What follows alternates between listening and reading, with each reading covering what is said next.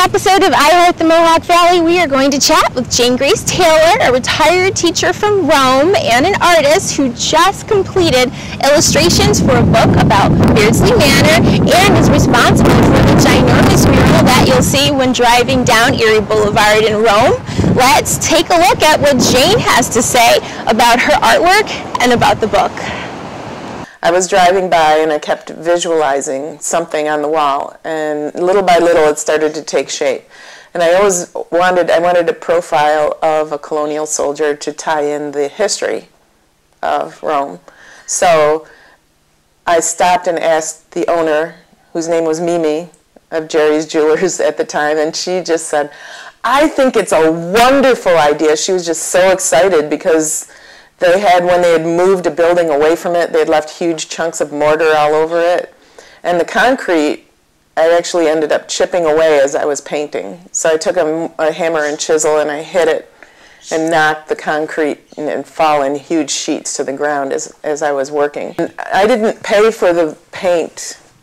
I paid for the first can of paint. And then after that, people just came forward from the city and just kept giving me paint, or they'd give me credit at the local paint store or something. And we ended up using 1,000 gallons, $1,000 worth of paint.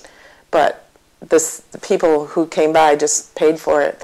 I really had a great life. I can't complain a bit. I mean, I was doing what I loved, and I was showing people how to do what I love. So it made me happy, and I always felt really a lot of fulfillment. I still have a few students who write to me thanking me for helping them here and there. And you know, sometimes a teacher, and especially in the arts, gets to talk a little more to the students. So I heard a lot more of their life stories than other teachers maybe except an English teacher would, you know, because they write to them, but they talk to me because they'd be doing their project and talking, and so there was a lot of communication.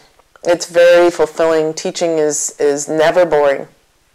I've been doing this for 2 years now, the book. So I started with watercolor sketches, and I went out and took pictures, and I went to the historical societies in Herkimer and in Little Falls.